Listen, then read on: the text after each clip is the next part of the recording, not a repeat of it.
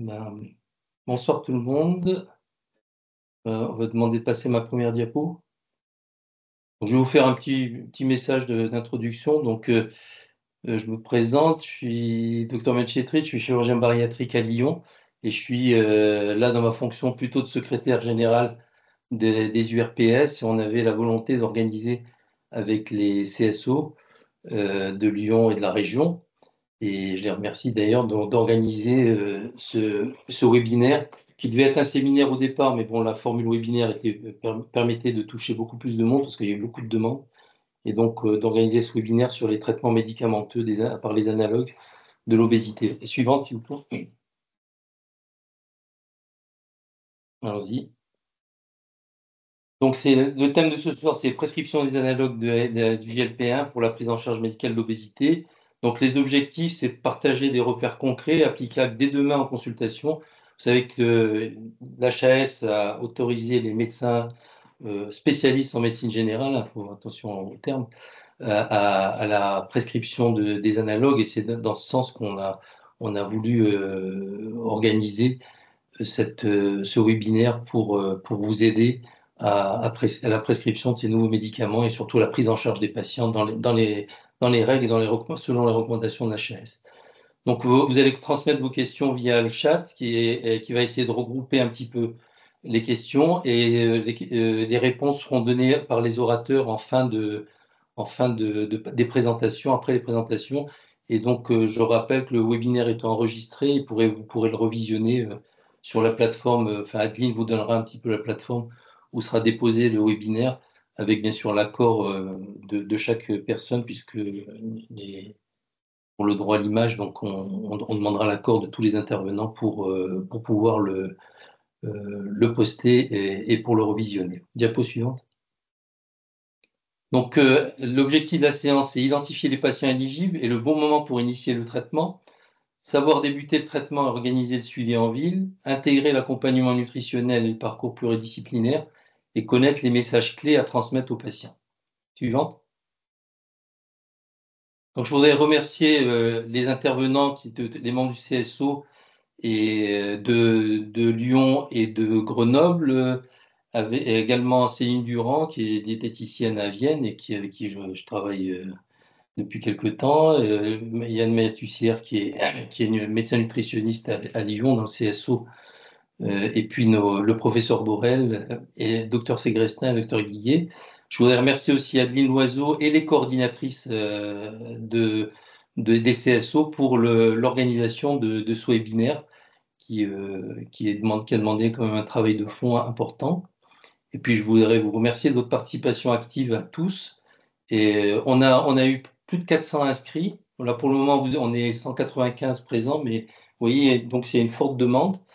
Et je voudrais juste vous passer une diapo qui touche un petit peu à la spécialité, parce que vous serez amené, donc ça c'est mes conflits d'intérêts, j'en ai pas sur la prescription des analogues. Diapo suivante, s'il vous plaît. Voilà, donc c'est important pour vous médecins, c'est ressorti d'une publication récente de la semaine dernière, c'est attention, puisque c'est mon domaine d'activité, à l'anesthésie et les analogues. Hein. Vous savez que les analogues, on vous le dira, hein, diminuent entre autres la vidange de l'estomac, et ça pose des problèmes, ça peut poser des problèmes en cas d'anesthésie. Donc, on recommande maintenant l'arrêt de ces traitements au moins 15 jours, voire 3 semaines avant, un jeûne minimum de 12 heures, voire de 24 heures, et puis une échographie gastrique, parce qu'il y a une publication récente la semaine dernière où un patient qui avait arrêté son traitement depuis 15 jours avec un jeûne de 12 heures, l'échographie a montré un estomac plein, et l'anesthésiste a mis en place une sonde gastrique et il y avait 1 litre de liquide dans l'estomac, donc le risque d'inhalation est important. Et donc les anesthésistes vont faire une induction en séquence rapide, même si le traitement est arrêté depuis quelque temps. Il y a des recommandations qui sont en train d'être écrites par l'ASFAR pour l'anesthésie chez les patients qui ont un traitement par les analogues de GLP-1. Donc c'est une décision qui est collégiale entre chirurgien anesthésiste et le prescripteur, mais bien prévenir les patients, parce que on commence à avoir beaucoup de patients qui sont sous ces traitements, qui sont candidats à une chirurgie, enfin, quelle que soit la chirurgie, hein, ça peut être une prothèse de hanche ou autre chose, hein, c'est pas obligatoirement pour une chirurgie bariatrique, si dans le cadre d'une préparation, mais donc attention, vous médecins traitant de ces patients, de bien anticiper les choses. Voilà, je vais vous laisser maintenant avec nos brillants orateurs pour la suite des présentations et je vous souhaite une bonne soirée. Merci, docteur Benchetrit, pour cette introduction. Je prends le relais. Donc, professeur Anne-Laure Borel, PUPH en nutrition au CHU Grenoble-Alpes et au centre spécialisé de l'obésité de l'Arc alpin. Donc, moi, j'attaque par le concret des analogues GLP-1 pour qui, quand. Alors, état des lieux scientifiques en 2 diapositives. On parle de 2 molécules, le sémaglutide, qui, chez les personnes sans diabète, permet de faire perdre en moyenne 15% du poids total, et le tirzépatide, qui, chez les personnes sans diabète, permet de faire perdre 20%, pour rester dans les arrondis, du poids total. La perte de poids est un peu inférieure quand on a du diabète de type 2, moins 10% pour le sémaglutide, moins 15% pour le tirzépatide. Comme d'ailleurs dans tout type d'action pour faire maigrir les gens, les diabétiques ont tendance à perdre moins de poids que les autres. Donc voilà de quoi on parle. Ce sont ces 2 traitements qu'on peut désormais prescrire. Je peux vous demander la diapositive suivante. Alors en quelques mots, ces traitements ont énormément d'intérêt parce qu'ils permettent une perte de poids significative et que cette perte de poids va en cascade permettre d'améliorer toutes les maladies associées à l'excès de graisse viscérale. Donc on parle du diabète de type 2 avec en plus des médicaments qui ont un mode d'action pour être un peu un booster sur la synthèse d'insuline lorsqu'il y en a besoin, qui permettent une baisse d'hémoglobine glyquée de 1,6% quand on parle du sémaglutide, de 2% quand on parle du tirzépatide. Donc c'est aussi des médicaments du contrôle glycémique, mais via la perte de poids, ça va être aussi un médicament, je dirais presque qui touche à c'est pas presque, ça touche à la racine du problème du diabète type 2, au moins sur l'insulinorésistance. Idem pour les maladies du foie, hein, liées à l'accumulation de gras, qu'on appelle aujourd'hui les MASH, où il y a des preuves d'amélioration pour le sémaglutide avec une étude de phase 3, pour le tirzépatide avec une étude de phase 2. Dans le syndrome d'apnée du sommeil, on a une étude avec le tirzépatide qui montre une rémission de 50% des personnes avec une apnée du sommeil qui prennent le traitement au bout d'une année et une amélioration considérable des événements chez les autres. L'insuffisance cardiaque est aussi améliorée avec les 2 traitements. On a les 2 études, les 2 molécules l'ont démontré. Et on a également, dans le cadre du diabète, une prévention des événements rénaux. Pour la prévention de la mortalité cardiovasculaire, on a déjà depuis longtemps une étude qui nous a montré que le sémaglutide permettait d'éviter des événements cardiovasculaires chez les patients diabétiques type 2. C'était l'étude SUSTAIN 6. Dans le cadre du diabète, toujours, le tirzépatide vient de sortir une étude SURPASS-COVT qui était de non-infériorité par comparaison à un comparateur actif, c'est-à-dire un autre agoniste du GLP-1, le dulaglutide.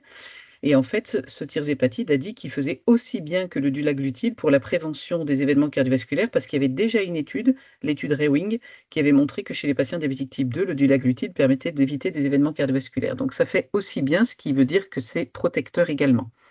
Pour une population de patients non diabétiques, le sémaglutide a montré qu'elle baissait les événements cardiovasculaires. Je pense qu'il y a une erreur là, c'est 20% des événements cardiovasculaires sur un nombre qui était assez restreint, chez des sujets qui n'avaient pas de diabète, mais qui étaient quand même en prévention secondaire. C'est l'étude SELECT. Tirzépatide, étude sur la mortalité des personnes sans diabète, elle est encore en cours et elle sortira probablement plutôt année 2027. Je pourrais vous demander la diapo suivante, merci. Alors, dans ce contexte scientifique, qui peut-on traiter? Eh bien, l'autorisation de mise sur le marché, elle suit finalement le contexte clinique des personnes qui sont incluses dans toutes ces études. Et ces études, elles incluaient des personnes qui ont un indice de masse corporelle supérieur à 27 kg par mètre carré, plus une maladie associée à l'obésité, type diabète de type 2, hypertension, apnée du sommeil, etc., ou SCPK, ou autre encore, ou alors un indice de masse corporelle à plus de 30 kg par mètre carré, donc une obésité stade 1. Ça, c'est les critères d'inclusion dans les études et c'est les critères d'AMM. Hein. Vous avez le droit de prescrire dans ces conditions-là, mais les recommandations de la HAS sont un peu plus limitantes et elles recommandent de ne traiter que les patients qui ont une obésité qui présente une sévérité de niveau 2 ou 3. Alors, il faut que, diapo suivante, je vous explique un peu ce que c'est que cette sévérité de niveau 2 ou 3. Tout d'abord, une remarque. Si on suit l'autorisation de mise sur le marché, qui est concerné en France? La dernière étude épidémiologique dont on dispose, faite sur poids autodéclaré de 10 000 patients en France et en France ultramarine, et puis voilà, montre qu'on a de l'obésité chez 18% de la population française, autant chez les hommes que chez les femmes. Et quand on cumule surpoids et obésité, c'est 48% de la population française. Donc, si on suit l'AMM, ça peut concerner 18 à 50% de la population française. On se rend compte qu'on a besoin quand même de réfléchir avant de traiter tout ce monde-là. On passe à la diapo suivante. Donc, les recommandations HAS 2022 disent il faut traiter avec un médicament de l'obésité les niveaux de sévérité de l'obésité 2 et 3. Diapo suivante. Qu'est-ce que c'est que ces niveaux de sévérité? Eh bien, les recommandations de l'HAS ont souhaité rendre compte de la diversité des situations des personnes en obésité en précisant leur phénotype selon 7 paramètres. Alors, c'est un peu dur à appréhender initialement, mais une fois qu'on a compris le fonctionnement, bah, ça permet effectivement de rendre avec assez de finesse la situation des personnes. Donc là, vous avez le niveau le moins sévère d'obésité. Et finalement, il suffit de se qualifier sur une des colonnes qu'on voit là au niveau le plus élevé pour être dans le niveau en question. Donc vous avez la colonne de l'indice de masse corporelle, du retentissement médical de l'obésité, hein, diabète ou autre maladie, du retentissement sur la qualité de vie, sur la fonctionnalité, du contexte. Est-ce qu'il y a des troubles psychologiques chez la personne ou cognitifs ou troubles du comportement qui sont indépendants de l'obésité ou qui peuvent être aussi liés à l'obésité en termes de retentissement sur le psychisme? L'étiologie de l'obésité, est-ce qu'elle est commune? Est-ce qu'elle est rare, secondaire à un trouble génétique, une obésité hypothalamique, etc. Comportement alimentaire et trajectoire pondérale. Donc là, sur cette diapo, je ne vais pas tout vous lire, mais vous avez tous les critères qui font qu'une obésité n'est pas si sévère que ça. Donc une obésité qui est de stade 1 en termes d'IMC, 30 à 35, de classe 1, un retentissement médical qui est absent ou qui est débutant, syndrome métabolique avec des maladies pas encore avérées mais qui pointent le bout de leur nez, ou même ces maladies peuvent être avérées mais elles sont très simples à soigner. On parle par exemple d'un IMC à 31 avec un diabète de type 2 débutant qui aurait un traitement par metformine qui le mettrait dans un contrôle glycémique parfait. Voilà, donc là vous seriez dans niveau 1B. Et puis, pas d'impact fonctionnel sur la qualité de vie important, pas de trouble psychique, une obésité commune, pas d'impulsivité alimentaire, pas de crise hyperphagique, une obésité apparue à l'âge adulte, ou bien de stade 1B dans l'enfance ou d'adolescence avec un seul épisode de repos pondéral. À la suivante, s'il vous plaît. Voilà. À partir de là, IMC 35 à 50 ou des conséquences plus graves, vous rentrez dans le niveau 2 ou diapo suivante. Voilà, ou de niveau 3 de sévérité de l'obésité. Donc, vous voyez que là, en termes d'IMC, on est au-dessus de 35 à 50 et même au-dessus de 50 en niveau 3B. Et puis, je vous laisserai lire le détail de toute la sévérité. Donc, des maladies qui sont bien plus sévères au niveau des conséquences sur la santé, impact fonctionnel très important, origine plus complexe de l'obésité, etc. Diapositive suivante. Alors, théoriquement, les recommandations de l'HAS disent que le niveau 1 doit être pris en charge avec une coordination par le médecin généraliste qui ne travaille pas seul pour autant, mais qui a son réseau autour de lui de pluriprofessionnels qui permet de prendre en charge correctement les patients dans le cadre de l'obésité. Niveau 2, c'est censé être un médecin spécialiste de l'obésité qui coordonne le parcours. Donc c'est là qu'on voit qu'il y a déjà une distinction puisque vous allez avoir la capacité à prescrire ces traitements et on se dit que finalement, quand un patient est dans une obésité de niveau 2, il faudrait que ce soit un médecin spécialiste de l'obésité qui coordonne son parcours. Il y a une petite incohérence là. Mais en tous les cas, ça vous permet d'identifier le niveau de sévérité où ça devient justifié de prescrire un traitement médical. Et niveau 3, les plus sévères sont des patients qui doivent être pris en charge en centre spécialisé de l'obésité. On peut passer à la diapositive suivante. Alors, pour vous expliquer un petit peu ce concept de pour qui, eh ben, ça nous fait venir à une conception, en fait, qui est une controverse actuelle qui est de savoir est-ce que l'obésité doit être considérée comme une maladie? Alors, vous avez une controverse, vous avez en rouge des gens qui pensent qu'il ne faut pas considérer l'obésité comme une maladie, mais comme un facteur de risque, parce que finalement, c'est lié à des comportements et dire que c'est une maladie, ça pourrait déresponsabiliser les gens de leur responsabilité individuelle d'en être arrivés là. Donc ça, c'est quand même une vision qui est un peu, qui porte quand même les biais de stigmatisation qu'on a autour de l'obésité dans la société. Est-ce que je peux vous faire passer la diapo suivante pour voir? Voilà, merci. Vision porteuse des biais de stigmatisation de l'obésité. On a une autre tout à droite attitude un peu à l'autre bout du spectre qui est de dire en fait tous les patients qui ont un IMC à plus de 30 ont une obésité et l'obésité est dans tous les cas une maladie. C'est une vision qui est portée par des gens qui pensent que la stigmatisation de l'obésité est telle qu'elle entraîne une difficulté d'accès aux soins considérable et que finalement reconnaître l'obésité comme une maladie permettrait une meilleure acceptabilité dans la société et donc un meilleur accès aux soins. Donc ça a le mérite de vouloir faire la lutte contre cette stigmatisation et de permettre l'accès aux soins, mais par contre c'est une vision qui est aussi porteuse d'une certaine discrimination parce qu'elle est porteuse du risque puisque c'est une maladie, il y a un risque d'injonction aux soins, d'injonction à soigner. Vous avez une obésité, vous êtes malade, il faut vous soigner. Donc une injonction à revenir à la norme. Et finalement, il y a une position médiane qui est celle un petit peu issue aussi de ces recommandations, qui est de dire que l'obésité est une condition hétérogène. Reconnaître l'obésité comme une maladie ne rend pas compte, en fait, globalement, ne rend pas compte de la diversité des situations et entraîne un risque de surdiagnostic et donc d'utilisation à outrance de traitement pour beaucoup de monde, alors que ce n'est pas forcément indiqué pour tous. Est-ce que je peux vous passer la diapo suivante? Donc, il y a un papier qui est sorti en début d'année dans le Lancet, qui a été un consensus d'experts internationaux pour redéfinir qu'est-ce que c'est que la maladie obésité. Donc, il a dit ce panel d'experts que finalement, donc l'indice de masse corporelle est d'abord à une limite qu'on ne peut pas définir la composition corporelle et qu'il y a des gens qui ont un IMC parce qu'ils sont très très musclés, tous nos rugbyman par exemple. L'obésité, c'est donc quand on a un IMC avec un excès de masse graisseuse, qui peut se mesurer tout simplement en prenant les plis cutanés cliniquement ou en mesurant le tour de taille. Et une fois qu'on a cette obésité par excès de masse adipeuse, eh bien, il va y avoir des obésités précliniques où la personne est en bonne santé, n'a pas un fort retentissement médical ou fonctionnel ou psychosocial de cet excès d'adiposité sur sa vie ou sur sa santé. Et puis vous allez avoir l'obésité clinique, c'est là qu'on parle de maladie, pour dire, eh ben voilà, là, l'obésité, l'excès d'adiposité a des conséquences, soit en termes de santé, et vous avez l'ensemble ici des conséquences que peuvent avoir l'obésité sur la santé, soit par limitation des activités quotidiennes au niveau fonctionnel. J'arrive plus à faire mes lacets, je me douche avec difficulté, j'ai du mal à rentrer dans ma voiture et boucler ma ceinture, je ne supporte plus le regard des autres, je ne peux plus sortir de chez moi, j'ai peur d'aller à un entretien d'embauche, etc. Donc là, un retentissement qui peut être aussi psychosocial. Donc, on peut passer à la diapositive suivante. Dans ce consensus, il a été dit, ben voilà, il y a une approche de prévention primaire qui se fait presque à l'échelle de la société hein, pour prévenir l'obésité, ou à l'échelle également de la médecine générale ou finalement aussi de la société pour les conditions psychologiques, éviter que des conditions aussi psychologiques de souffrance puissent conduire à l'obésité.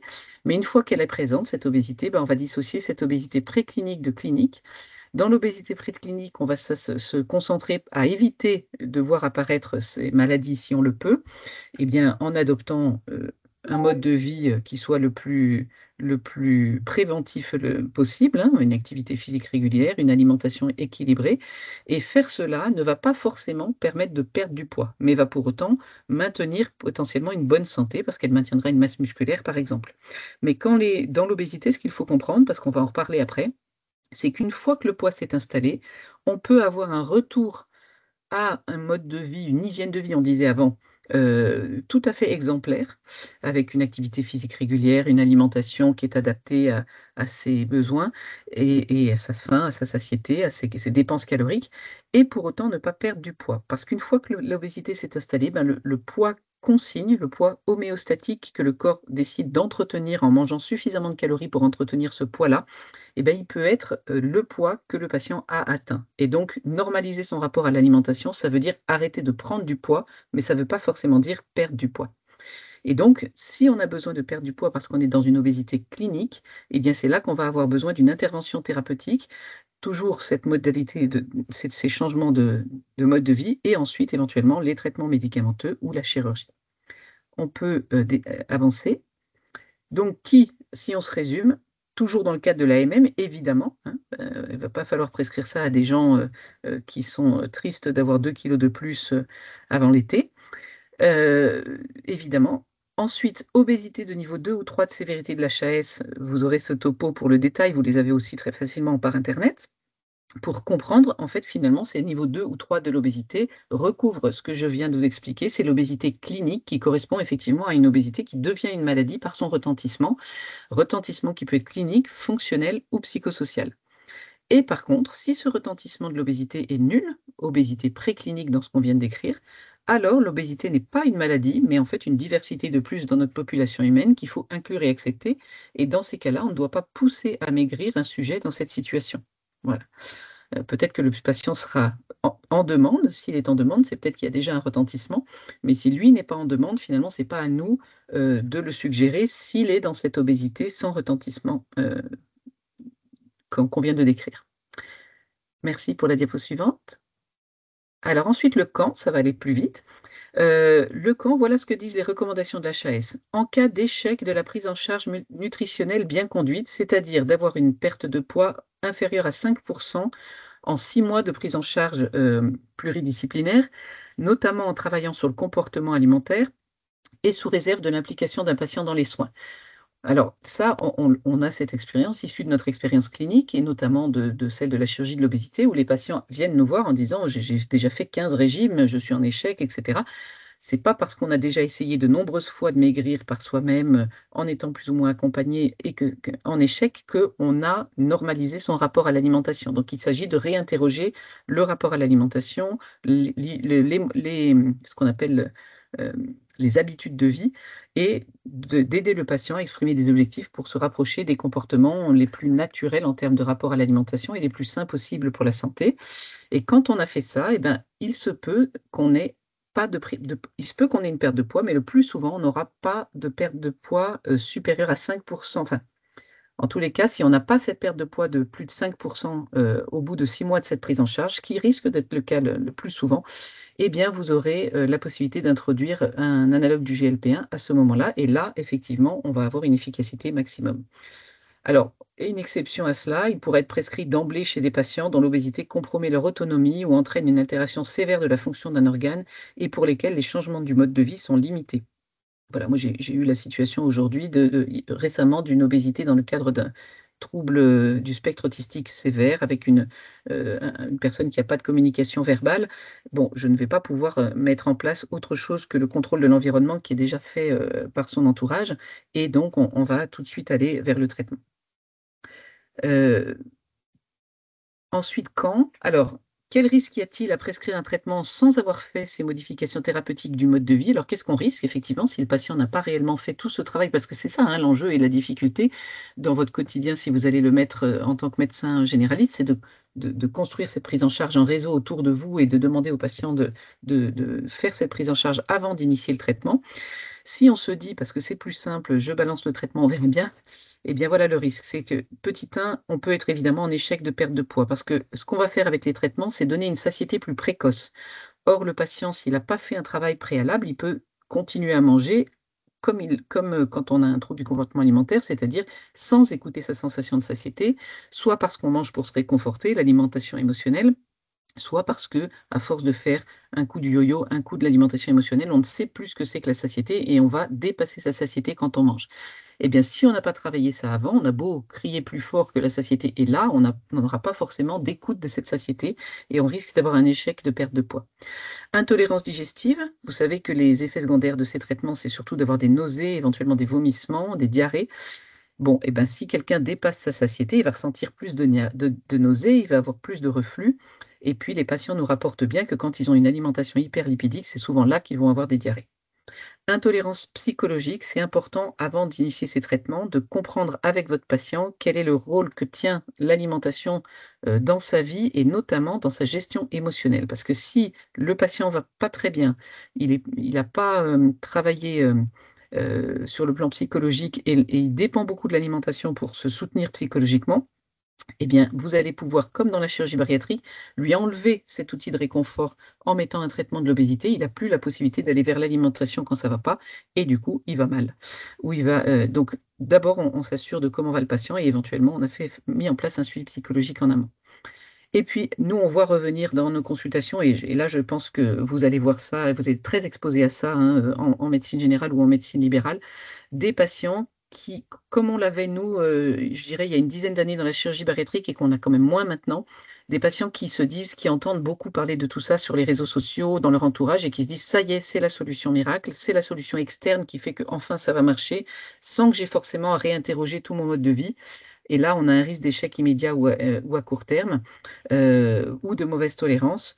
Nous, il a fallu que dans la chirurgie bariatrique, les gens voient dans leur entourage des gens reprendre du poids ou des gens être très inconfortables avec une chirurgie qu'ils ont fait sans travail préalable pour que les gens commencent à se dire que c'est important d'être accompagnés.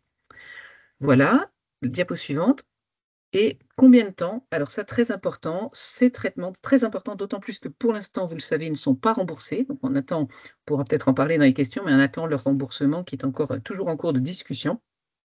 Et donc ces traitements ont besoin d'être poursuivis pour maintenir la perte de poids. Vous avez, avec les deux molécules dont on a parlé, sémaglutide et tirzépatide, des études qui ont cherché à mettre, qui ont d'abord mis tout le monde sous le traitement, et puis qui, au bout de 6 mois, ont dit 50% switch pour le placebo, les autres continuent le traitement. Et vous voyez que quand on continue le traitement, on continue sa perte de poids, qui va s'étaler jusqu'à 18 mois pour atteindre à ce moment-là un plateau. Alors que quand on retire le traitement, eh ben, le poids va gentiment mais sûrement remonter vers la ligne de départ et probablement encore plus loin, plus proche de sa ligne de départ si on avait poursuivi les études. Donc c'est l'illustration de ce que je vous disais tout à l'heure, c'est-à-dire le poids consigne, le poids homéostatique, celui que le corps entretient quand on mange naturellement selon ses signaux internes de satiété et de faim. Eh bien, en fait, il a monté dans l'obésité et c'est en ça que l'obésité est quelque chose de chronique, c'est-à-dire que le poids que vous avez atteint, surtout si ça a été sur de nombreuses années la mise en place du poids, avec notamment des effets yo-yo, ce poids maximum que vous allez atteindre devient un peu le poids que le corps décide d'entretenir. Et il faut maintenir un stratagème de satiété précoce pour maintenir une perte de poids durable significative. Donc là, vous avez besoin de maintenir les traitements médicamenteux de l'obésité. On a vu aussi l'obésité revenir chez les gens à qui on a dû enlever des anneaux gastriques, y compris 10 à 15 ans après leur mise en place. Quand on enlève, le poids remonte. Donc, c'est important pour vos patients qui payent ces traitements, hein, qui ne se disent pas j'ai 3 000 euros, je vais pouvoir me payer 10 mois de traitement, parce que c'est 300 euros hein, par mois le traitement en moyenne. Et donc, s'ils se disent je fais 10 mois de traitement et tout ce que j'aurais perdu, c'est ça de gagner, non. Hein, s'ils arrêtent ensuite le traitement, ils ont perdu leurs économies et ils vont reprendre leur poids. Avec diapositive suivante, s'il vous plaît. Le risque donc au total, pour conclure sur le quand et combien de temps, c'est donc un traitement qui doit être pris ensuite à vie, à la dose maximum tolérée. Le risque en cas d'arrêt et de reprise, c'est en fait d'induire par la mise en place et le retrait du traitement un effet yo-yo. Et le problème de l'effet yo-yo, c'est que la perte de poids, c'est une perte de masse grasse pour 2 tiers et de muscle pour 1 tiers, alors que la reprise de poids va être constitué de davantage de masse grasse et moins de masse musculaire. Donc on a une altération en fait de la composition corporelle dans ces effets yo-yo et ce serait quand même le comble de faire ça alors qu'on a un médicament très efficace. Donc différence par rapport à la chirurgie, c'est que le patient va pouvoir arrêter à volonté, hein, soit parce qu'on aura une rupture de suivi, soit par besoin du patient de retrouver une capacité à manger pour se réconforter. Moi j'ai eu un patient qui m'a dit j'ai arrêté cet été parce que je vivais un moment trop difficile au travail et je ne pouvais pas ne pas manger, ou par impression de guérison. J'ai tellement perdu de poids, je me sens super bien, je fais plein de sport, j'arrête. Bon, peut-être qu'il y a des gens qui feront des expériences comme ça pour se convaincre de voir si ça marche ou pas. Peut-être qu'il y en a qui nous feront mentir hein, dans ce qu'on est en train de dire. Mais en tout cas, les études montrent qu'à l'arrêt, le poids revient pour l'instant. Je crois que j'ai fini là. Oui, merci beaucoup. Merci Anne-Laure pour cette introduction et ces indications. Donc, je vais en parler en pratique.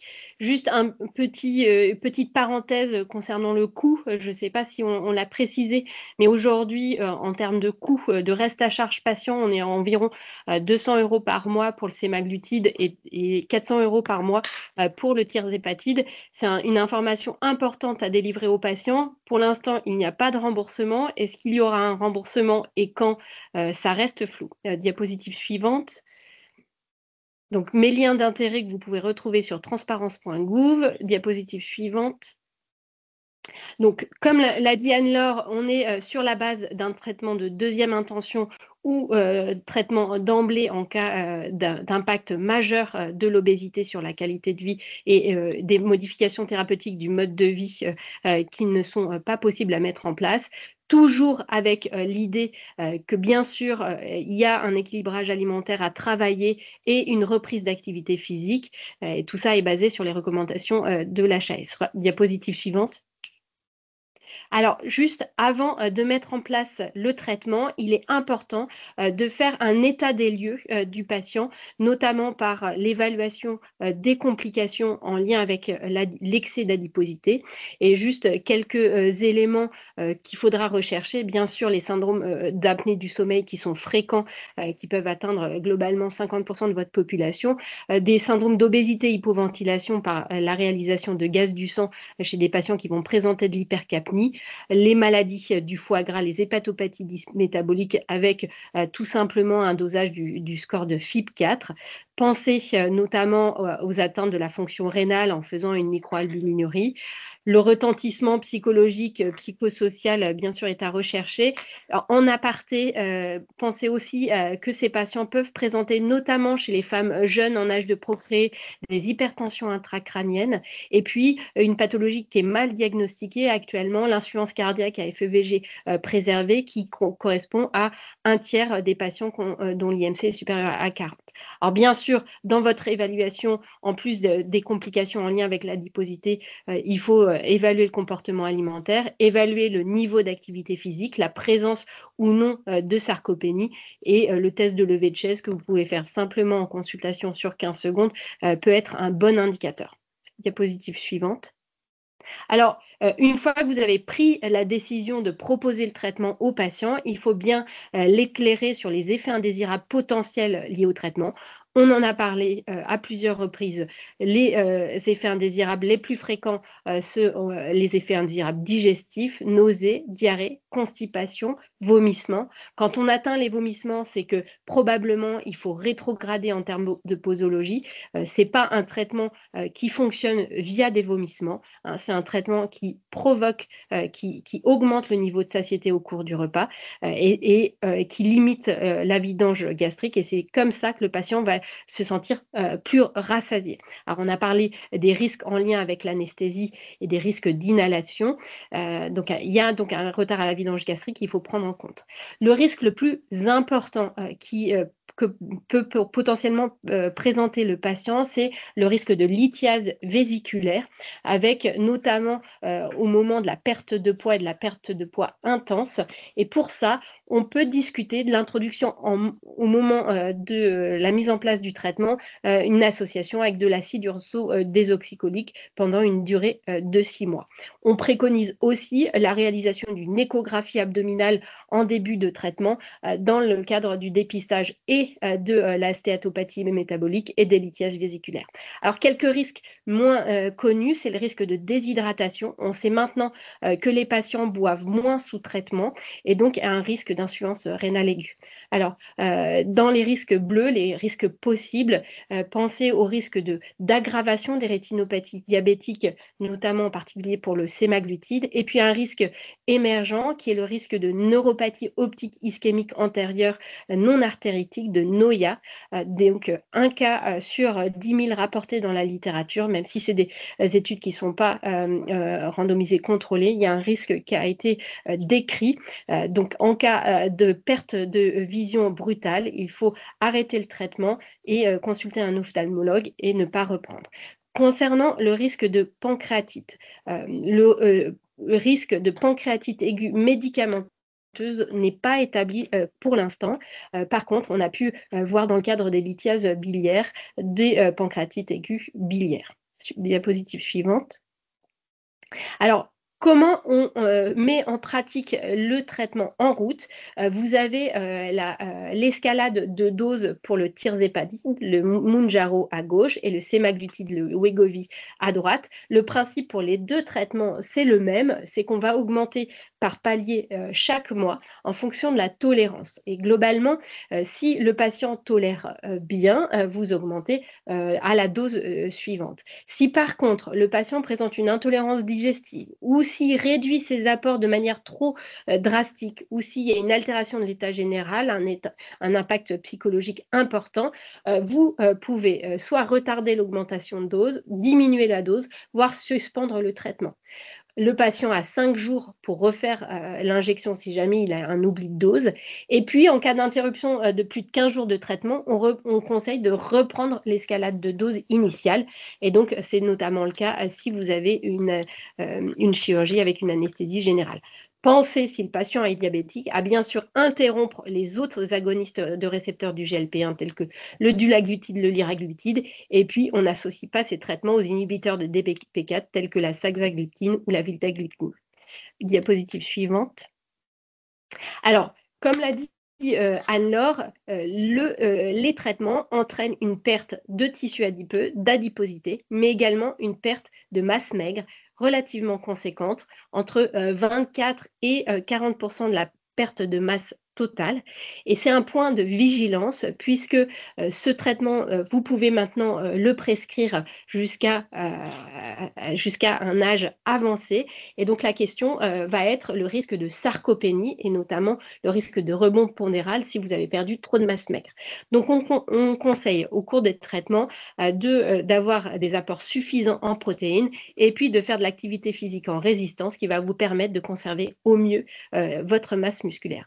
Et puis, donc, dans les prudences d'utilisation, attention aux patients à risque de dénutrition. On pense aux patients qui présentent une pathologie chronique intercurrente, par exemple les maladies inflammatoires du côlon, les patients qui ont eu des antécédents de chirurgie bariatrique, qui ont une exogénose ou déjà des carences en micronutriments. Carences en micronutriments, je vous rappelle, dans cette population particulièrement fréquente, notamment vitamine B9, fer, vitamine B12. Diapositive suivante. Alors, dans les prudences, je vous ai parlé du risque de sarcopénie. Il faut absolument dépister la sarcopénie en amont du traitement pour viser la sarcopénie au cours du traitement si elle est pressante. Ce n'est pas une contre-indication définitive puisque quand vous faites perdre du poids à une personne qui souffre d'obésité sarcopénique, eh bien, finalement, elle a plus de capacité à se mobiliser. On voit plus des personnes qui vont être capables à nouveau de développer un périmètre de marche plus important sous traitement. Donc, certes, une prudence d'utilisation, mais pas de contre-indication. Par contre, prudence avec les patients qui ont des antécédents de troubles du comportement alimentaire, notamment des patients qui font des transferts de troubles du comportement alimentaire de l'anorexie mentale vers l'hyperphagie boulimique. Il faut faire attention aux ingestats sous traitement. On a eu des cas décrits de patients qui développent une anorexie, alors anorexie secondaire au traitement, pas forcément anorexie mentale, mais qui vont finir par manger un yaourt, une pomme au cours de la journée, et ce n'est pas l'objectif du traitement. Attention, en cas de chirurgie bariatrique, là encore, pas de contre-indication, mais vous savez qu'en cas de chirurgie bariatrique, les patients ont plus de risques de carence en micronutriments, et donc il faut être particulièrement vigilant à ce que l'équilibre alimentaire et l'équilibre en micronutriments soient apportés. Quid de la femme en âge de procréer? Bien sûr, le traitement doit être réalisé sous une contraception efficace. Il est a priori, jusqu'à preuve du contraire, tératogène, même si chez les patients diabétiques, on a eu une étude dans une cohorte du JAMA qui a montré que les patientes qui avaient mené un début de grossesse sous analogues du GLP-1, il n'y avait pas un risque majeur de tératogénicité. Toujours est-il que dans cette population, on a une contraception efficace sous traitement et s'il y a un projet conceptionnel, on arrête le sémaglutide 2 mois avant la conception et le tirzépatide 1 mois avant la conception. Pour ce qui est de l'insuffisance rénale, contre-indication pour l'instant pour le sémaglutide en insuffisance rénale chronique sévère et expérience limitée pour l'insuffisance rénale terminale pour le tirzépatide. Diapositive suivante. Alors, globalement, qu'est-ce qu'on conseille au cours du temps? Et ça concerne notamment la question de est-ce qu'on réalise des bilans biologiques avant le traitement? Est-ce qu'on réalise une supplémentation vitaminique et en micronutriments au cours du traitement? Bien sûr, comme je vous l'ai dit, on fait tout d'abord une évaluation des complications en lien avec l'excès d'adiposité. Donc, vous allez rechercher votre diabète, votre dyslipidémie, comme vous le faites habituellement. Et puis, dans les patients à risque, on a parlé des patients âgés, on a parlé des patients aux antécédents de troubles du comportement alimentaire, de chirurgie bariatrique. Proposer une biologie un peu classique de dépistage des carences, notamment en B9, B12. Et chez eux, vous pouvez proposer une supplémentation vitaminique classique. Je ne veux pas faire de promotion de supplémentation vitaminique, mais Bion 3, Alvitil Vitalité, comprimés, à zinc formé Vitalité, 2 comprimés par jour, peuvent être intéressants. En cours du suivi, c'est important d'avoir un point à 3 mois, puisque vous allez avoir 20% des patients qui vont perdre à 3 mois plus de 10% du poids. Alors, vous allez vous dire, c'est des bons répondeurs, mais là encore, attention au risque nutritionnel et notamment au risque de perte de trop de masse maigre. Et chez ces patients, il faut à ce moment-là réaliser un bilan et recherche des carences au niveau plasmatique et puis leur proposer une supplémentation. Pareil, à 6 mois, si le patient il a perdu plus de 20%, inquiétez-vous du risque de l'émergence d'une carence en micronutriments. Supplémentez et avant la supplémentation, débutez et faites une biologie. Diapositive suivante. Alors, oui, continuez la diapositive juste pour qu'on ait tout. Voilà, juste un diagramme qui vous montre, et ce que disait Anne-Laure, que l'intervention diététique, elle permet globalement une perte de 5% du poids corporel, ce qui permet de jouer un peu sur les glycémies. Alors, pour ce qui est des traitements médicamenteux de l'obésité, on perd 15 à 20% dans les études, peut-être plutôt 10% en vie réelle. Qu'est-ce que ça impacte? Amélioration de l'équilibre glycémique, certaines préventions du diabète de type 2 et réduction du risque cardiovasculaire. Il ne faut pas oublier dans la prise en charge de l'obésité que la chirurgie bariatrique reste le traitement de référence pour les obésités sévères et compliquées et qu'il a montré des effets bénéfiques au long cours sur le poids, mais également sur la mortalité, sur le risque cardiovasculaire. Et là, vous avez l'étude SOS qui a suivi des patients sur 25 ans. Et qu'est-ce qu'on voit? Certes, une perte de poids plus importante que sous traitement médicamenteux. Et finalement, avec le bypass, une stabilisation du poids autour de 25% du poids perdu. Diapositive suivante. Et donc, la grande question qu'on se pose aujourd'hui dans les CSO et au niveau international, c'est quid de la comparaison entre médicaments de l'obésité et chirurgie bariatrique. Alors, on n'a pas cette réponse aujourd'hui en études randomisées, contrôlées, et ça ne sera jamais de toute façon en double aveugle, mais on a cette étude de Nature Medicine qui vient d'apparaître sur la population diabète et obésité. Et qu'est-ce qu'on voit? Globalement, les analogues du GLP-1 versus la chirurgie métabolique. La chirurgie métabolique gagne au niveau de la diminution de l'hémoglobine glyquée. Il y a une diminution moindre de la mortalité, moins d'événements cardiovasculaires, moins de néphropathie, moins de rétinopathie. Alors, le bémol de cette étude rétrospective sur données de santé, c'est que les analogues du GLP-1, c'était l'ancienne génération et qu'on n'a pas inclus chez ces patients, les patients sous sémaglutide et tirzépatide. Mais la suite dans les prochains épisodes, notamment concernant les bénéfices cardiovasculaires du tirzépatide, dont on n'a pas les résultats pour la patientèle en situation d'obésité seule. Voilà, diapositive suivante. Donc, oui, complétez la diapositive, merci.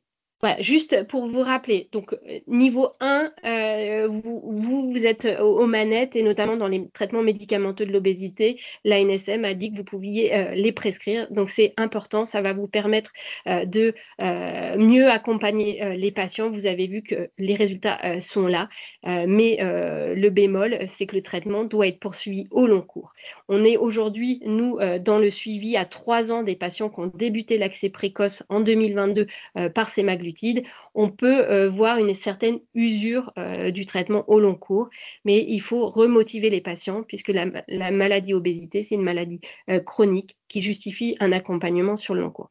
Alors, nous, au niveau de la région Aura, on a la chance d'avoir 4 CSO, dont 3 sont présents aujourd'hui avec une proche collaboration avec le CSO de Clermont. On a un territoire sur chacun de ces départements.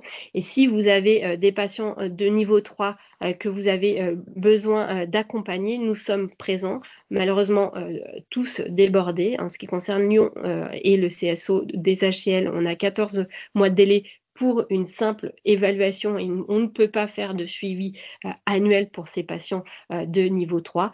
Il faut imaginer qu'on a, comme vous le pensez, un nombre très important de patients en situation d'obésité 3, même si on n'est pas la région la plus touchée en France.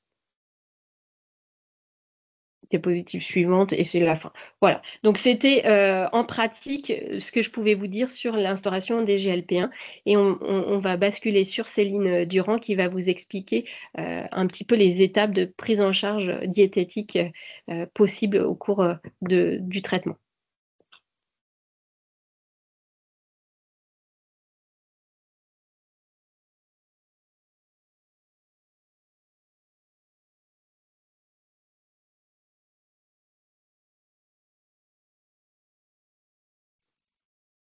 Céline, normalement, vous pouvez prendre la main. Pardon. Bonsoir. Donc, je vais vous parler du suivi nutritionnel des patients qui sont sous ces traitements sous analogues du GLP-1 pour qu'on puisse voir comment optimiser les effets du traitement et minimiser les effets indésirables potentiels. Donc là, vous avez mes liens d'intérêt. Tu peux y aller, Adeline. Vas-y, merci.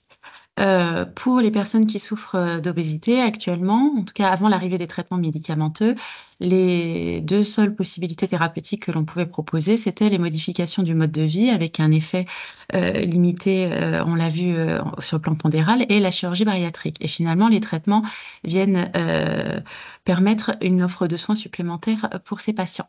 Clique encore, s'il te plaît. Encore. Et que ce soit les traitements ou la chirurgie, ils nécessitent tout de même des modifications sur le plan alimentaire, de l'activité physique, etc. Avant de les prescrire, ça me semblerait intéressant, tu peux cliquer 5 fois, je crois, Adeline, d'évaluer, mais ça a été très bien dit par Bérénice et Anne-Laure, l'état nutritionnel en termes de variété. Comme les portions vont être bien réduites, il faut quand même avoir une nutrition suffisante pour limiter le risque de carence. On a bien parlé des protéines, on a bien parlé de la masse musculaire, de l'âge, de l'activité physique et aussi du comportement alimentaire. On sait qu'il y a à peu près 30%, peut-être un peu plus, d'hyperphagie boulimique chez les patients qui souffrent d'obésité. Et ça doit être un critère de vigilance quant à la prescription de ces traitements, notamment pour un risque de mésusage à des visées de perte de poids qui seraient complètement dysfonctionnelles. Tu peux passer la diapo suivante. Et du coup, l'idée, ce serait de s'inspirer de ce qui se fait en ETP pour toutes les maladies chroniques, le diabète, etc. Et même si on est en cabinet libéral et en consultation individuelle, de bien informer les patients des effets, des bénéfices et des limites du traitement. Donc, la perte de poids accessible, certains patients imaginent perdre 40 ou 50 kilos avec ces traitements, c'est un petit peu irréaliste. Comme la chirurgie bariatrique, c'est pas une baguette magique et il va falloir tout de même modifier des choses en termes de mode de vie.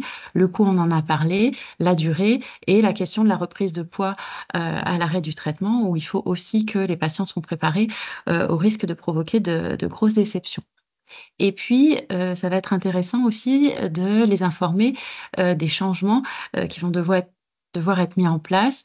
Donc, les troubles digestifs, on va en parler dans quelques minutes, la notion de variété alimentaire, la nécessité de pratiquer ou de reprendre une activité physique régulière pour entretenir la masse musculaire, et puis des modifications de perception et de comportement alimentaire, on va y venir tout à l'heure. Diapo suivante. Donc, ces traitements, on l'a vu, Tu peux cliquer 2 fois. Engendre des effets digestifs très fréquents, nausées, vomissements, diarrhée, constipation et douleurs abdominales, donc qui se produisent chez un très grand nombre de patients. La plupart du temps, ces effets sont peu graves et se produisent surtout pendant la phase d'escalade de dose et généralement se stabilisent, voire régressent une fois qu'on est arrivé au seuil de dose maximum. Néanmoins, tu peux cliquer. Encore. Ouais. Néanmoins, c'est un facteur de risque majeur d'arrêt prématuré du traitement, beaucoup plus que ce qu'on a vu dans les études randomisées. Quand on regarde les études de vie réelle, c'est vraiment un facteur majeur. Donc, ça va être intéressant d'en parler aux patients, de le prévenir, d'évaluer sa qualité de vie, de le conseiller dans ses choix alimentaires pour minimiser les réactions et d'avoir une certaine flexibilité dans l'escalade de dose, soit stabiliser une dose de confort, soit revenir au palier antérieur. Et des traitements symptomatiques pour gérer la diarrhée, la constipation peuvent être prescrits si besoin pour que le patient soit confortable et puisse atteindre une dose efficace et qui n'altère pas trop sa qualité de vie. Diapo suivante. Sur le comportement alimentaire, ces traitements, on l'a vu, ont un effet bien sûr sur la sphère digestive, mais aussi sur la régulation de la prise alimentaire, sur les sensations de faim et de satiété, et aussi sur le circuit de la récompense. Donc, les patients qui prennent ces traitements présentent une évolution des goûts, des préférences gustatives, un petit peu comme ce qu'on peut le voir parfois aussi après chirurgie bariatrique, avec moins d'envie pour les aliments gras, salés et ou sucrés, plus d'envie pour une alimentation plus variée, plus saine, plus simple. Et du coup, un meilleur sentiment de contrôle global de leur alimentation. Et les patients qui pouvaient avoir parfois des envies, des grignotages, un petit peu d'impulsivité, se trouvent bien apaisés par la prise de ces traitements. Et aussi beaucoup moins d'obsession ou de préoccupation autour de la nourriture. Souvent, c'est des patients qui ont fait beaucoup de régimes, beaucoup de restrictions alimentaires et qui sont souvent dans beaucoup de pensées autour de la nourriture. J'ai droit à ci, j'ai pas le droit à ça. Et finalement, la prise de ces traitements allège ces pensées. Et donc, je vous ai remis en revanche, en cas de TCA, le risque de mésusage qu'il peut y avoir. Vous pouvez y aller. Donc, en termes d'accompagnement, l'idée, ça va être de réapprendre aux patients à écouter ces signaux de faim et de satiété qui vont être bien plus présentes avec les traitements, d'accompagner aussi la mise en place de nouvelles stratégies de gestion,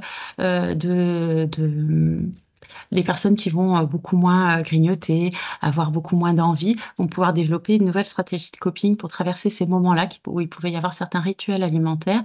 Et puis, utiliser ces préférences, ces modifications de préférences gustatives pour encourager à plus de diversité alimentaire. Souvent, les patients se mettent à goûter ou regoûter d'autres aliments, cuisiner différemment, refaire leur marché. Et ça, c'est quelque chose qu'on peut encourager et qu'on pourra aussi faire pérenniser si arrêt du traitement il doit y avoir. Diapo suivante. Et puis, sur la sphère nutritionnelle pure, on l'a dit, s'assurer d'une variété alimentaire suffisante pour justement prévenir les éventuelles carences. Peut-être faire des dosages vitaminiques ponctuels pour vérifier qu'il n'y en a pas. Évaluer la consommation de protéines, on en a parlé et je vais en parler dans quelques minutes. Encourager l'activité physique, c'est vraiment intéressant. Il commence à y avoir quelques études sur justement qu'est-ce qui se passe quand on prend les traitements seuls ou traitements plus activité physique, qu'est-ce qui se passe quand on arrête les traitements seuls et traitements plus activité physique, et il semblerait que ça contribue à maintenir un peu plus de perte de poids. Et puis, on l'a dit aussi, veiller à une consommation hydrique suffisante. Parfois, certaines personnes ont une diminution assez forte de la sensation de soif et oublient de boire, ce qui peut aussi avoir des effets délétères. Diapo suivante. Là, je vous ai mis juste pour que vous rendiez compte ce que ça donne une journée alimentaire qui apporte 60 grammes de protéines. Là, comme ça semble pas délirant. Néanmoins, face à quelqu'un qui a beaucoup moins d'appétit et une satiété précoce, arriver à des repas finalement suffisamment complets, variés, pour arriver à ces 60 grammes de protéines, c'est pas toujours évident.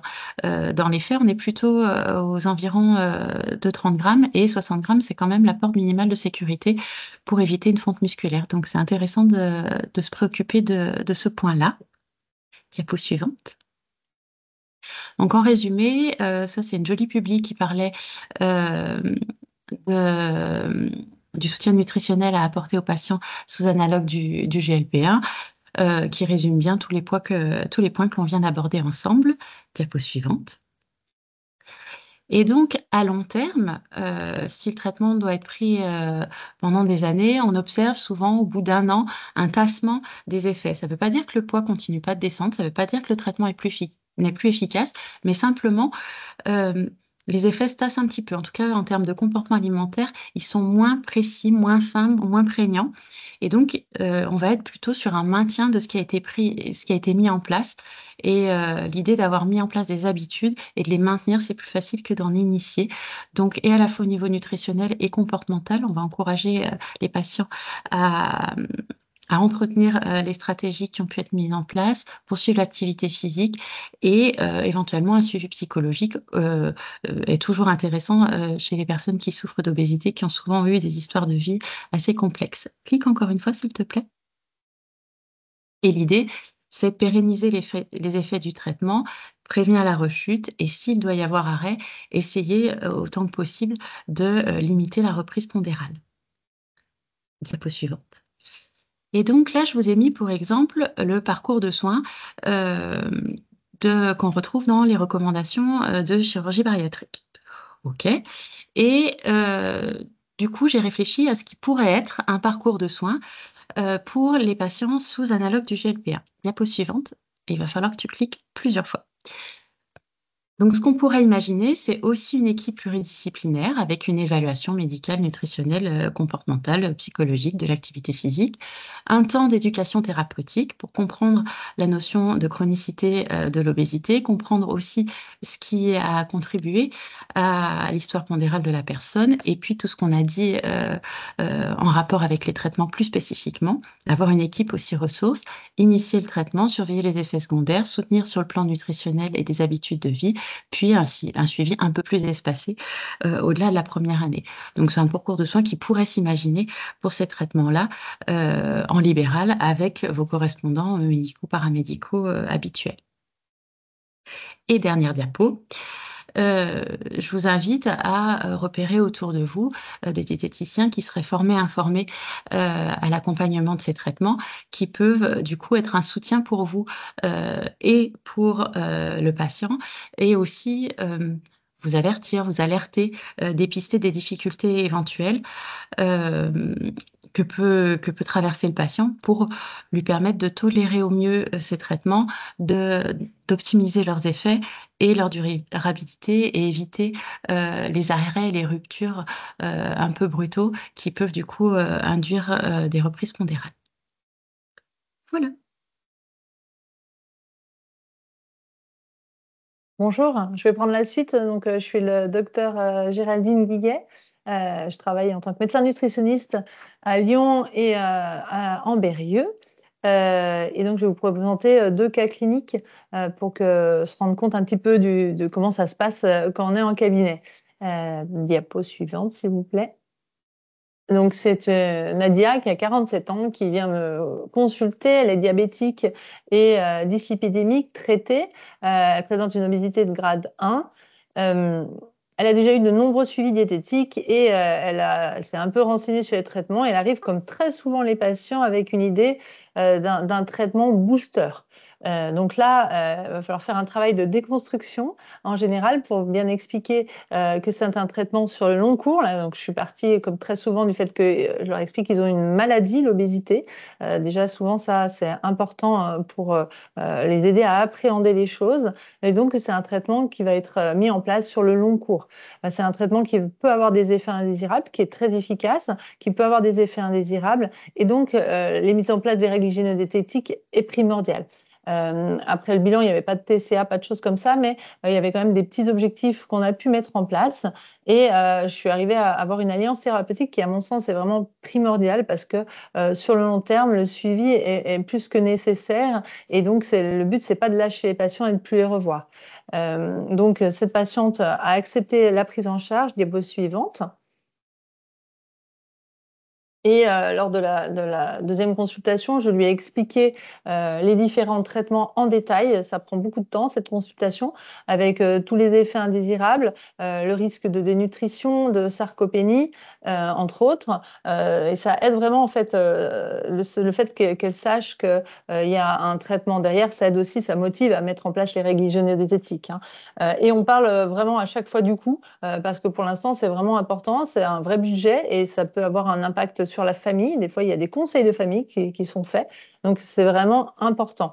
Et puis, je présente les différents médicaments, les injections, j'explique le stylo injecteur, on a des stylos de démonstration et comment on injecte le traitement au niveau de l'abdomen.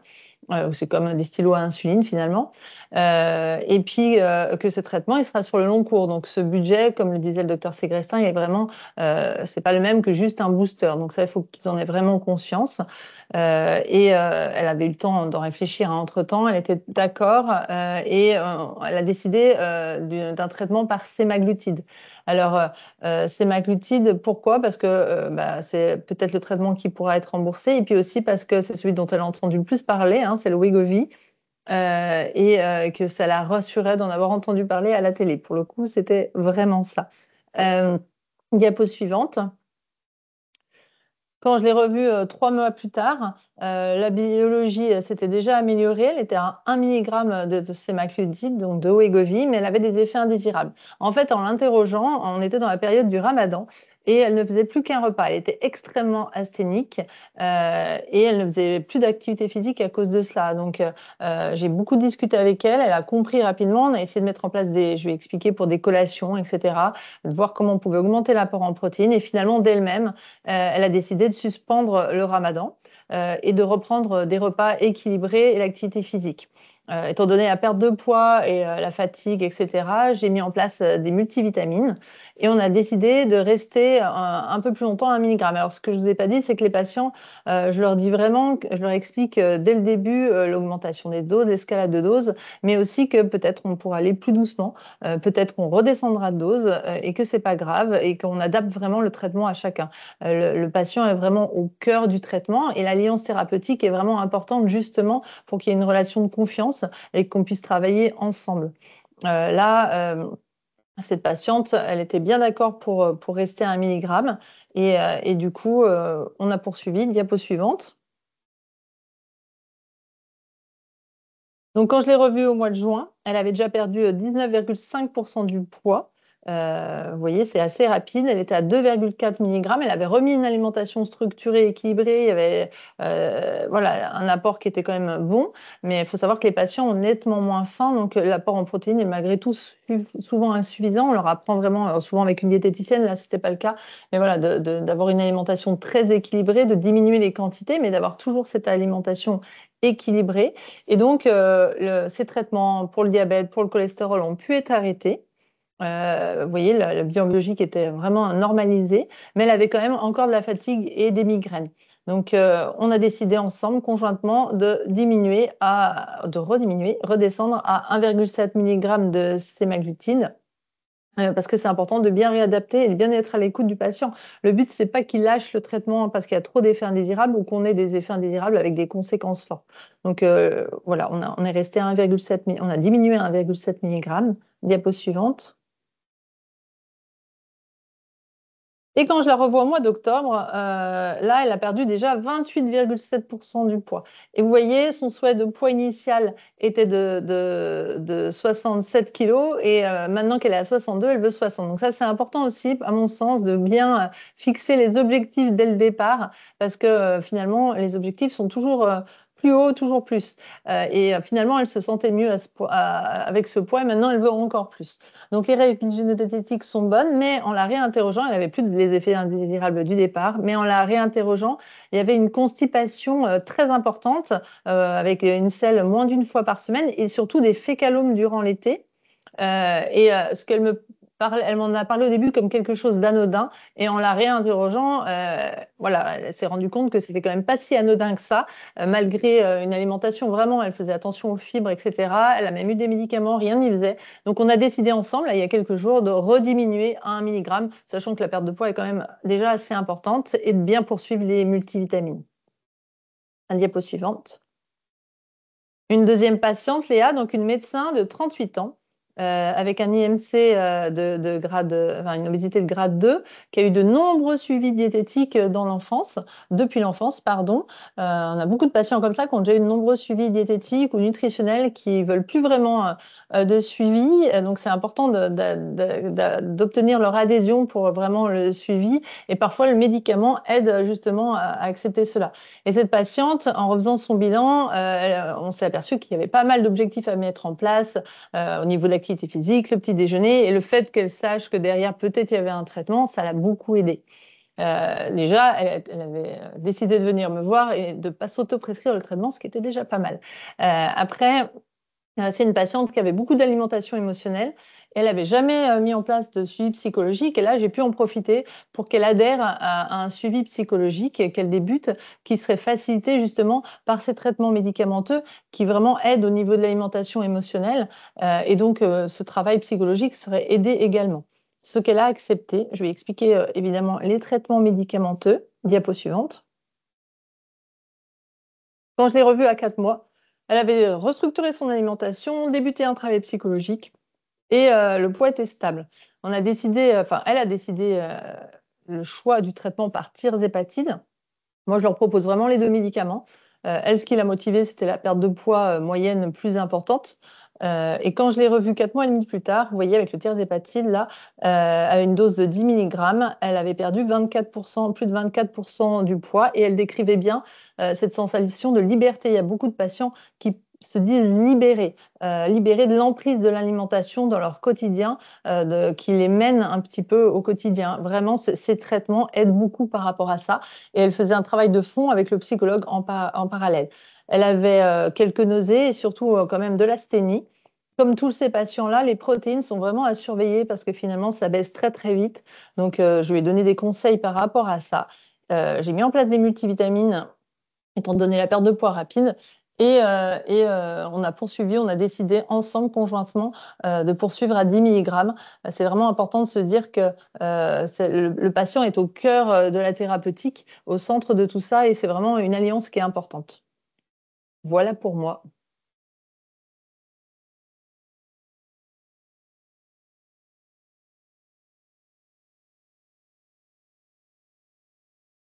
Est-ce que tu peux mettre ton micro? Ça y est, j'ai mis mon micro.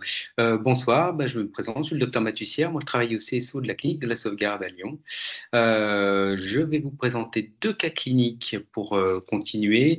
Alors, le premier, c'est un patient de 62 ans qui avait un poids de forme jusqu'alors de 85 kg et qui a fait un AVC, un AVC cérébelleux en 2019, qui l'a fait entrer dans cette maladie d'obésité.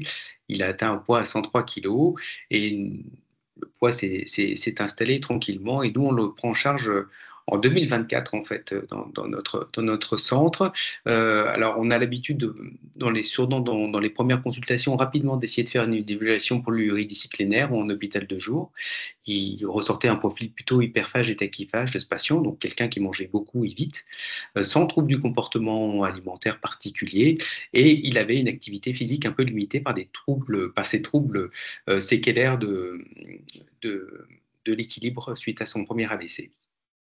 Dans un premier temps, on a organisé donc une prise en charge pluridisciplinaire et on a mis en place une activité physique avec une association qui s'appelle l'ANTS, que je vous recommande pour vos patients en situation de handicap. C'est des APA qui sont vraiment spécialisés dans la prise en charge des patients à mobilité réduite.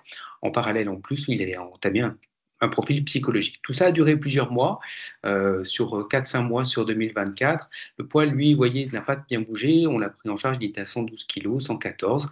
Donc, on avait mis à l'époque en place le liraglutide, ce que vous aviez connu sous le nom de Saxenda, qui avait donc permis, vous voyez, à l'étape 6, d'amorcer une légère perte de poids. Sauf que juillet 2024, pas de bol, il fait un deuxième AVC, Sylvien.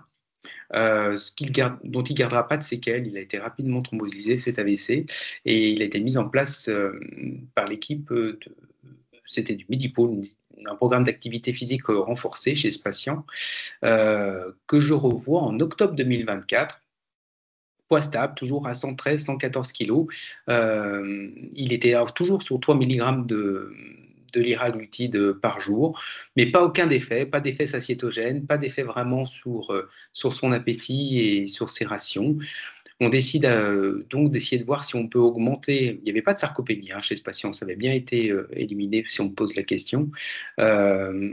Et on décide donc d'essayer de voir si on le passe sous sémaglutide, donc sous Wegovy.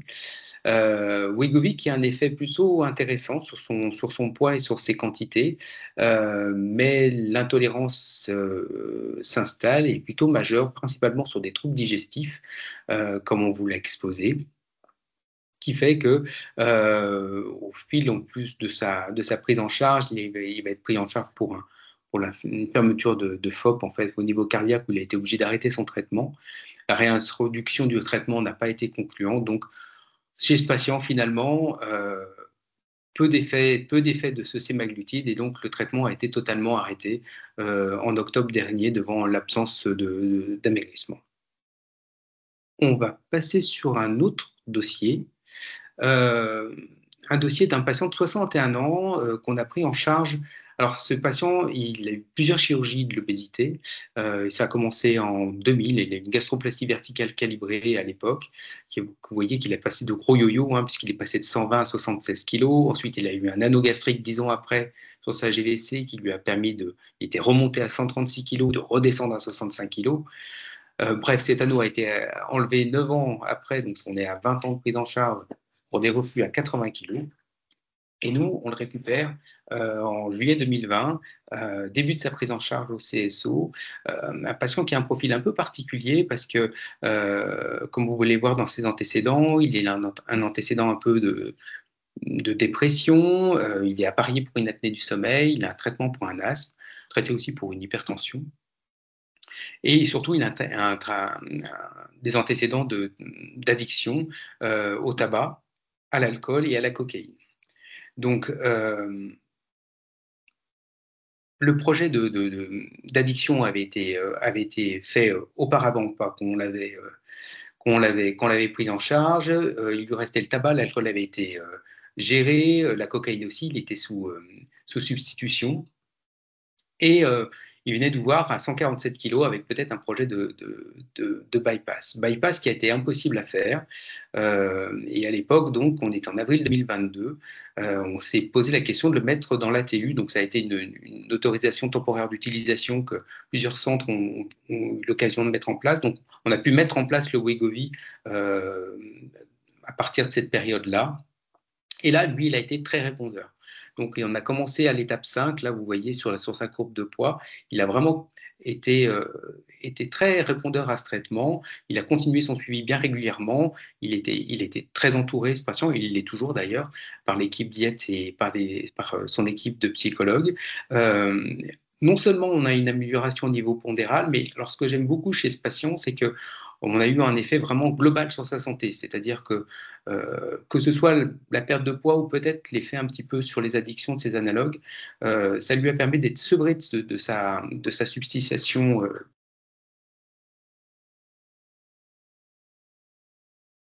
Reprendre une activité professionnelle, ça coupe tout, je ne sais pas pourquoi. J'ai plus de diaporama. Bref, je vais la prendre ailleurs, le diaporama, parce que moi, je ne l'ai plus affiché. Je ne sais pas si vous l'avez encore affiché. Oui? Non? Non, moi, j'ai plus de diapo. On l'a pas non plus, Yann. On l'a pas non plus. Ouais. Je pense que peut-être qu'il faut le relancer. Donc, enfin, fin de l'histoire plutôt bien chez ce patient, puisqu'il est toujours sur 2,4 mg de sémaglutide, avec un vrai effet santé global, en tout cas, et pas que sur son poids. La perte de poids, elle est de 15% chez lui, de souvenirs sur la diapo, mais c'est surtout l'effet santé que je trouve intéressant, et c'est pour ça que je voulais vous montrer cette diapo au niveau vraiment général de sa santé générale et sociale, puisqu'il a pu reprendre un boulot alors qu'il était plutôt en errance. Voilà. Par contre, pour le diaporama, il a disparu.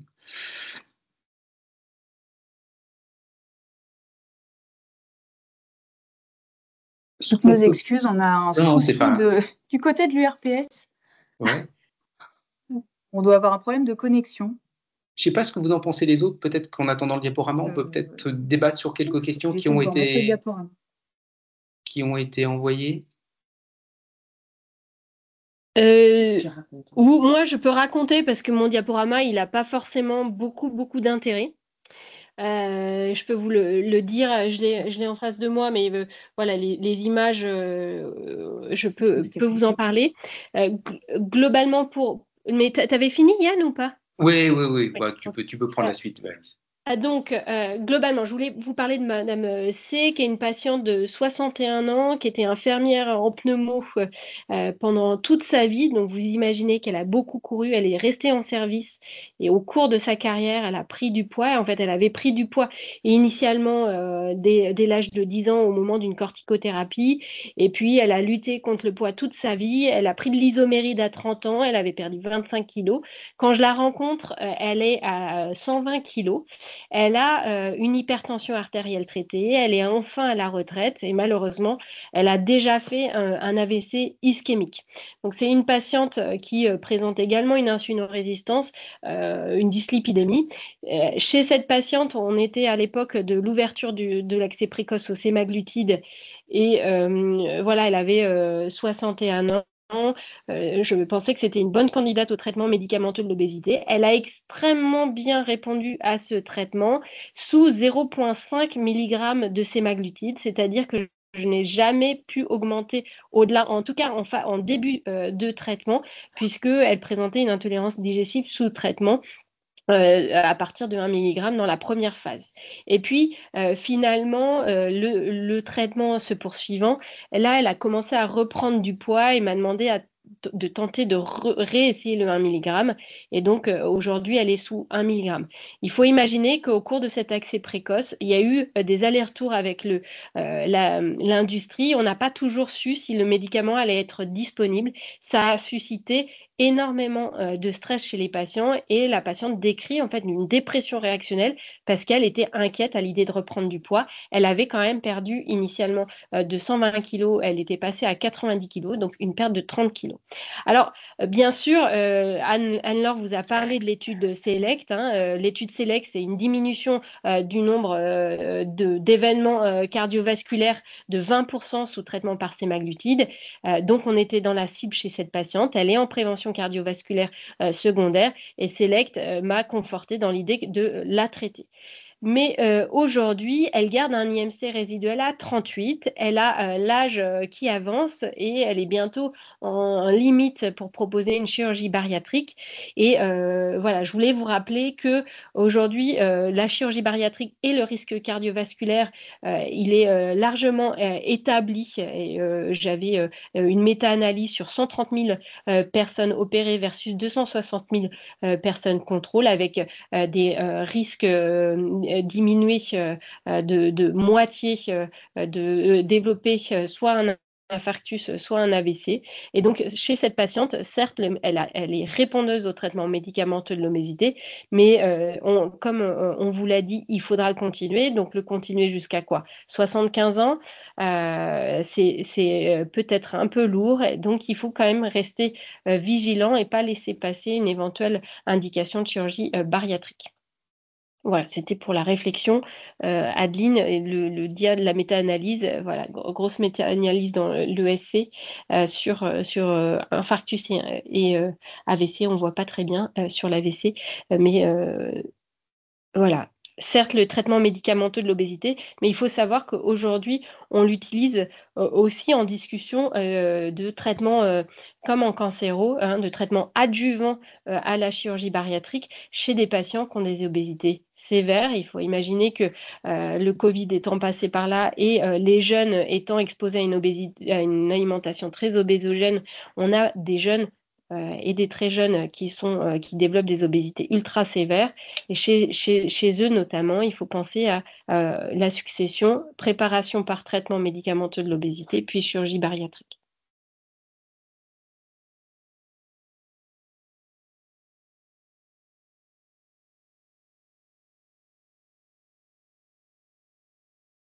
Alors, on peut basculer sur le chat. Il y a eu quelques mots qui ont été soulevés, notamment sur la question pédiatrique. Donc, la seule molécule qui a l'AMM pour la pédiatrie, c'est le sémaglutide. Il y a un intérêt à traiter, notamment au moment de la puberté, puisqu'il y a une phase ascendante au niveau du poids et c'est plutôt protecteur sur le plan métabolique. L'étude du tirzépatide est en cours chez les ados.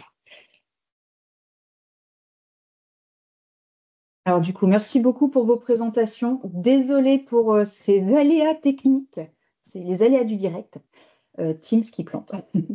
Du coup, on a pu assister à des interventions qui étaient très très riches. Merci beaucoup. Et merci également d'avoir répondu au fur et à mesure dans le chat, puisqu'il y a eu énormément de questions. Du coup, ce qu'on vous propose, c'est plutôt, au lieu de reprendre les questions, plutôt de vous sortir les thèmes qui ont été abordés. On a recensé globalement 5 thèmes. Et ce qu'on vous proposera, c'est de vous envoyer la foire aux questions, en fait, parce qu'il y a vraiment eu beaucoup de questions dans le chat.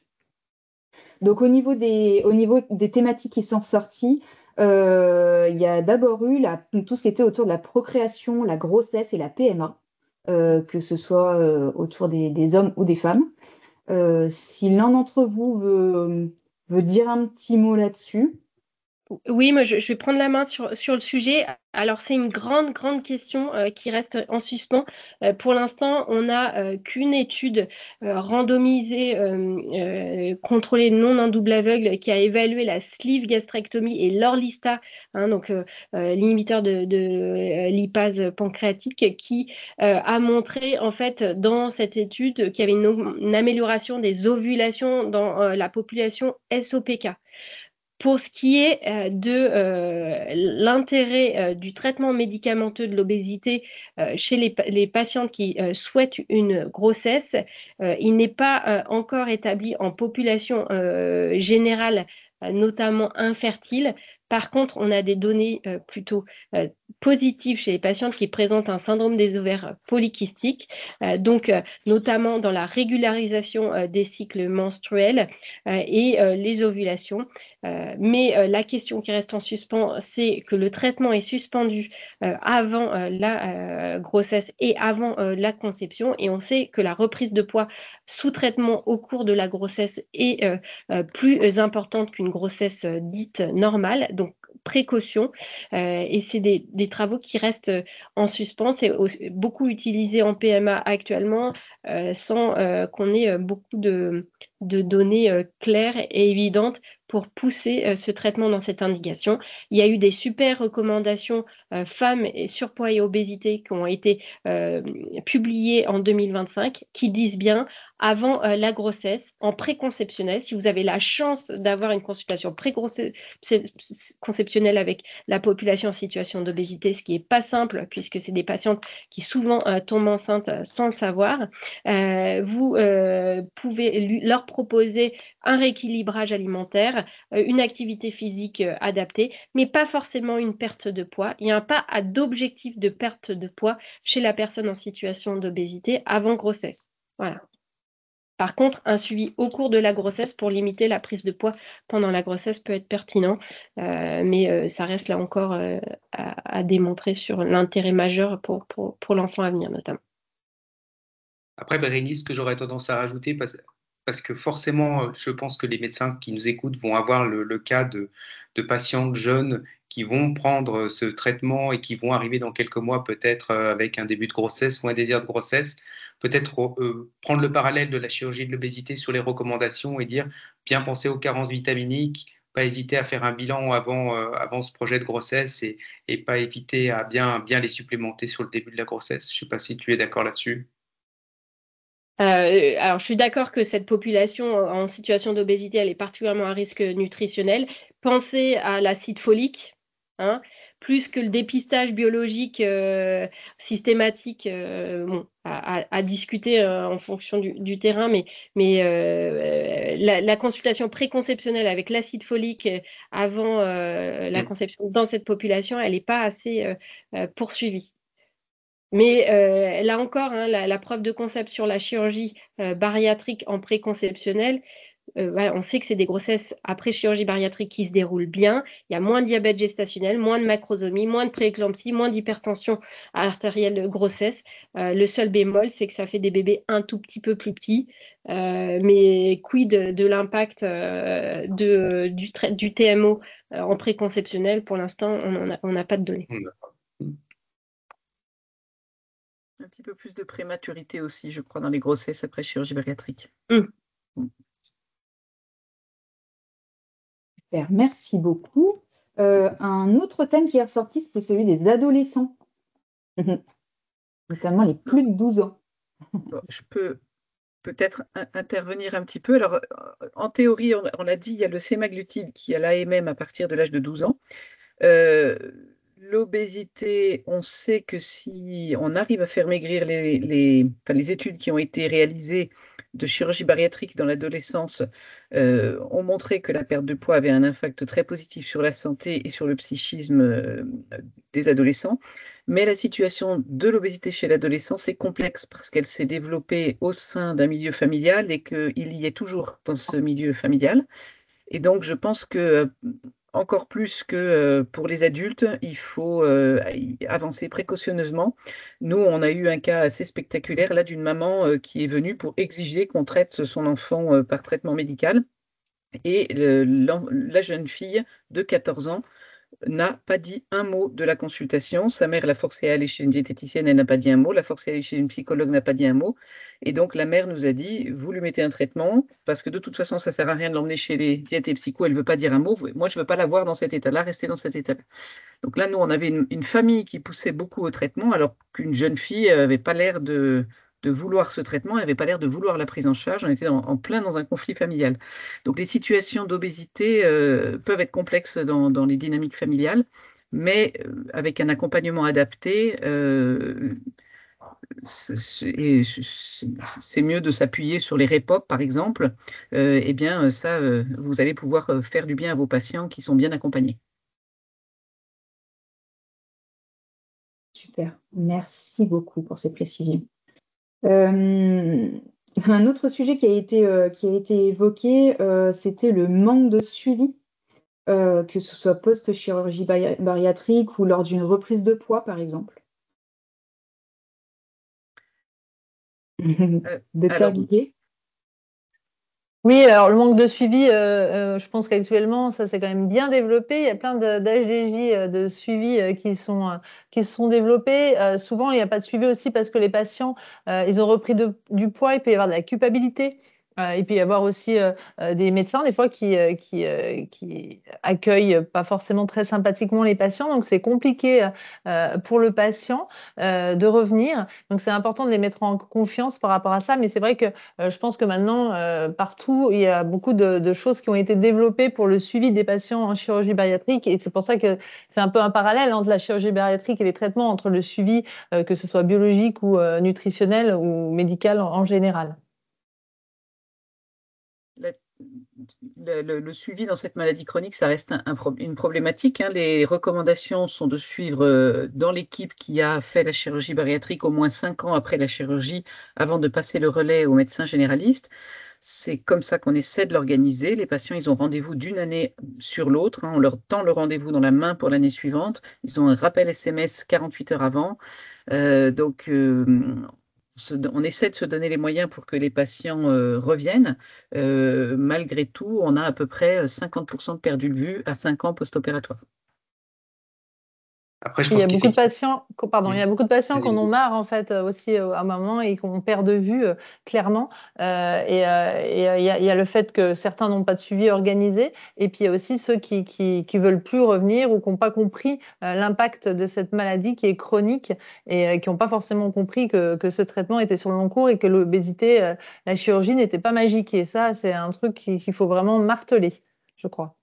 Oui, je suis assez d'accord avec toi, Géraldine, là-dessus, sur le côté déculpabilisant de la reprise de poids, parce que il faut que les patients n'aie pas peur de revenir vers un personnel soignant quel qu'il soit, médecin généraliste, nutritionniste, les CSO, mais surtout peut-être des réseaux beaucoup plus locaux, sur des diètes locales pour réaborder le sujet et pouvoir reprendre le fil du suivi. Donc, une fois de plus, il ne faut pas avoir le rôle du gendarme, mais plutôt d'accompagnement avec ses patients, quoi.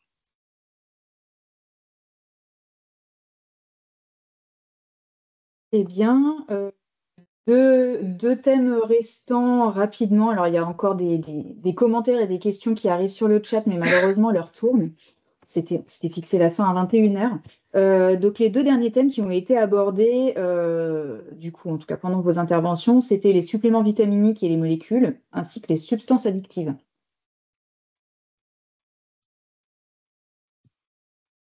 Supplémentation vitaminique, c'est ce qu'a dit Bérénice, je crois, hein. Il y a sur la chirurgie bariatrique, il y a des laboratoires qui se sont un peu penchés sur une supplémentation un peu plus axée sur les chirurgies, hein. Il y a 3-4 labos qui tournent, donc on pourra vous donner les noms.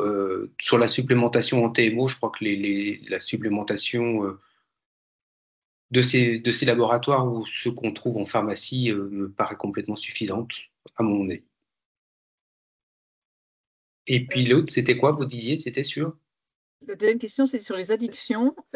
C'est intéressant sur les addictions parce que, en fait, quand on regarde dans certains, il y a eu des essais randomisés de petite taille sur l'alcool, la cocaïne, et dans les essais rétrospectifs où on regarde ce qui s'est passé pour des patients diabétiques qui avaient des agonistes du GLP-1 versus ceux qui n'en avaient pas, on a l'impression d'un effet positif du GLP-1 sur tous les comportements addictifs. Et d'ailleurs, au-delà de ça, sur tous les troubles psychiatriques, ce qui est quand même porteur d'un grand espoir pour aussi repositionner ces traitements, mais il faudra pour ça plus d'études. En tous les cas, ça semble être plutôt positif. Après, on parle là du coup de patients qui sont extrêmement fragiles. Moi, j'ai un patient à qui j'ai dû refuser une chirurgie bariatrique parce qu'il a de façon récurrente une consommation d'alcool chronique qui rechute. Et donc, on s'est toujours dit que c'était beaucoup trop dangereux parce que par contre, après chirurgie bariatrique et notamment bypass, hein, il est connu qu'on puisse avoir des reports d'addiction vers l'alcool. Donc là, pour le coup, il y a une vraie différence de stratégie avec un traitement qui est qui n'est a priori plutôt favorable, mais à garder le patient sous surveillance étroite, à mon avis, hein, avec des consultations très rapprochées, au cas où, chez ce patient individuellement, le fait de changer le rapport à l'alimentation ait un peu le même effet qu'en chirurgie et le conduise à chercher davantage d'outils de réconfort vers son addiction antérieure. Voilà. Inversement, si on en croit les études des études qui ont été faites jusqu'à présent, ça a l'air quand même d'être plutôt aidant, sans doute en ayant une action sur les circuits de la récompense. Donc c'est une lueur d'espoir, mais c'est des patients du coup qu'il faudra suivre de très près, je pense. La différence entre la chirurgie et le traitement dans ces cas-là, c'est que s'il y a un effet délétère du traitement, on est en mesure de l'arrêter. Pas pour la chirurgie. Mais c'est vrai que c'était le cas clinique que je présentais, vraiment sur l'addiction. Enfin, moi, Ça a été très important. Ça a été royal pour ce patient.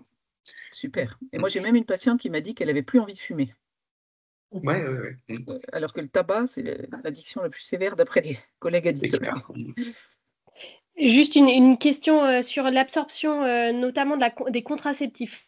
Donc, il faut juste s'inquiéter en cas de vomissement et en cas de vomissement de la pilule. Mais par contre, les pilules sont bien absorbées sous traitement médicamenteux de l'obésité. Et par ailleurs, il y a très peu d'autres interactions décrites entre les traitements médicamenteux et d'autres traitements. Juste penser à l'effet sur le vomissement, s'il y en a, et puis si votre patient a une gastroparésie sévère sous traitement parce que, comme le patient du docteur Benchetrit qui devait être opéré, peut-être un retard à l'absorption, mais autrement pas de précaution particulière. Parfait, eh ben, merci beaucoup. On s'était fixé 21h, on a 5 minutes de décalage, mais pour le coup, les échanges étaient très très intéressants. Alors j'imagine qu'il y a des questions auxquelles on n'a pas forcément tout à fait répondu, donc n'hésitez pas, hein, parmi les participants à me renvoyer un mail éventuellement donc à Adeline Loiseau, et puis je transmettrai aux intervenants. Et puis on intégrera toutes vos questions ou commentaires, en tout cas, dans la foire aux questions que nous mettrons à disposition avec le lien du replay d'ici quelques temps. Voilà, donc vous recevrez un mail, bien sûr, avec le lien du replay quand il sera disponible, hein, pas d'inquiétude. En tout cas, merci encore pour vous être connectés aussi nombreux et merci beaucoup aux intervenants pour ces belles présentations et pour avoir organisé ce webinaire. Merci à vous. Merci à vous, Merci. c'était un plaisir. Merci. Au revoir. Au revoir. Au revoir. Bonne soirée à tous. À tous.